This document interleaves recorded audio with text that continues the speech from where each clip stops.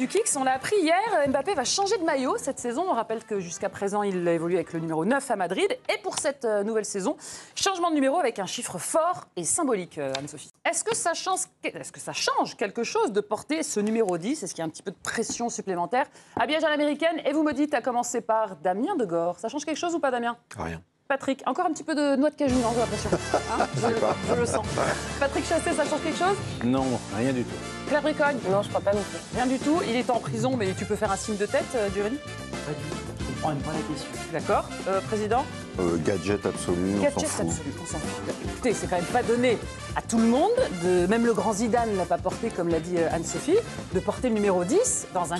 Bonjour la famille, comment vous allez? J'espère que vous allez très bien. Tout le monde se porte à m'éveiller et que le Real Madrid est toujours dans votre cœur. Oui, parce que depuis quelques jours, avec les commentaires que je lis sur les réseaux sociaux, beaucoup, il y en a, qui ont ce que je peux appeler une sorte de désamour du Real Madrid qui a commencé à s'installer dans le camp des Madrilènes. Le pire, ce n'est pas dans le camp des voisins ou autres du Real Madrid. Je me demande vraiment pourquoi. Mais bon, j'ai ma propre idée de la situation et je pense que le Real Madrid s'apprête à vivre une décennie exactement comme celle entre 2000 et 2010. Je vous explique. Il y a plusieurs raisons qui me font croire que le Real Madrid, les 10 prochaines années, nous les supporters, devront nous apprêter à souffrir. Oui, parce que la direction de notre tonton Pérez a recommencé le système 2000 des Galactiques du Real Madrid qui n'a pas fonctionné. Il a fallu l'arrivée de Cristiano en 2009 pour que le Real Madrid retrouve sa gloire des années 1900 et son apogée avec les 3 Ligues de champions successives remportées. Il y a plusieurs raisons qui peuvent nous faire croire que le Real Madrid va souffrir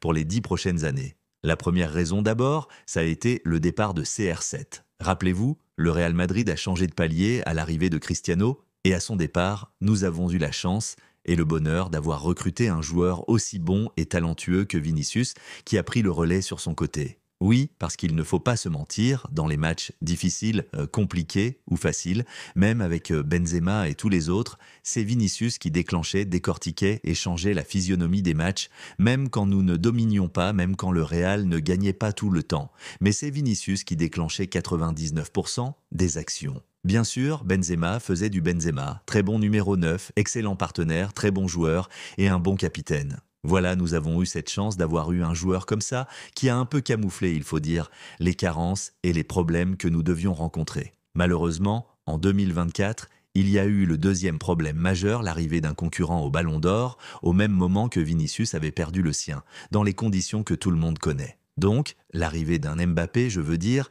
est la deuxième raison, parce que vous avez vu, au PSG, Mbappé avait une aura, Mbappé c'est presque une marque, il est connu dans le monde entier, il vend des maillots et sa Coupe du Monde 2018 a fait qu'il est classé, il a été mis à un diapason des meilleurs joueurs du monde. Il ne faut pas le minimiser, c'est un très bon joueur, un très grand joueur, et il avait une aura, un certain niveau de médiatisation, qu'arrivé au Real Madrid, on n'a pas le choix que de lui donner ce qui lui revient de droit, si on veut, on ne pouvait pas le rétrograder au second ou au 3e rang. Non, c'est très normal que le Real Madrid veuille faire de lui la tête d'affiche. Mais malheureusement, pour le Real Madrid, Vinicius était entre guillemets la tête d'affiche. Et Vinicius, en tant qu'humain et avec son statut, ne pouvait en aucun cas accepter d'être rétrogradé au second rang non plus. Ça, c'est la seconde raison. La troisième raison, il faut le dire, c'est aussi le recrutement en défense et au milieu du terrain. Le départ, je veux parler du départ de Toni Kroos. On ne s'y attendait pas, même si avec son âge, on devrait s'attendre à ce qu'il parte. Oui, sauf que le Real n'avait pas prévu qu'il parte de cette façon. Le Real n'a pas pris le temps pour faire le remplacement, le changement,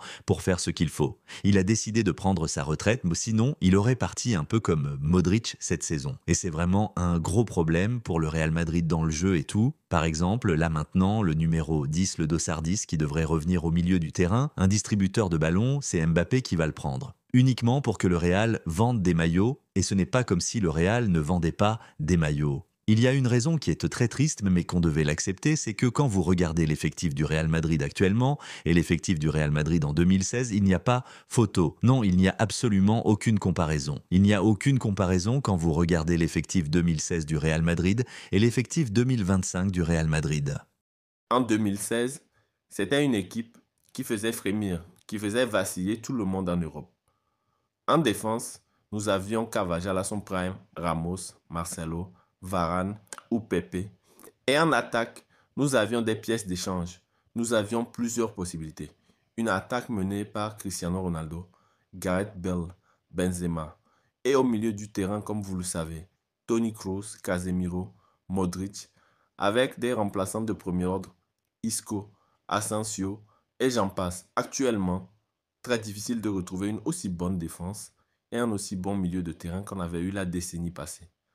Pour toutes ces raisons, et surtout l'ego de chaque joueur et la mésentente qui s'est installée et qui continue à s'installer de jour en jour dans le vestiaire entre les joueurs, me font croire que nous, supporters du Real Madrid, devons nous y apprêter. Il est certain que je n'ai pas énuméré tous les problèmes. Et si j'ai omis ne serait-ce qu'un problème, je vous recommande vivement de l'écrire en commentaire. Selon vous,